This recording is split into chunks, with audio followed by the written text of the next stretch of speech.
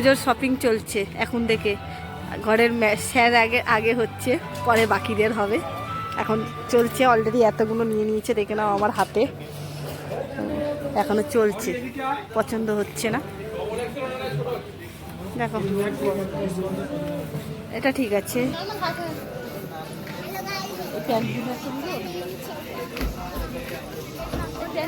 কথা বলছে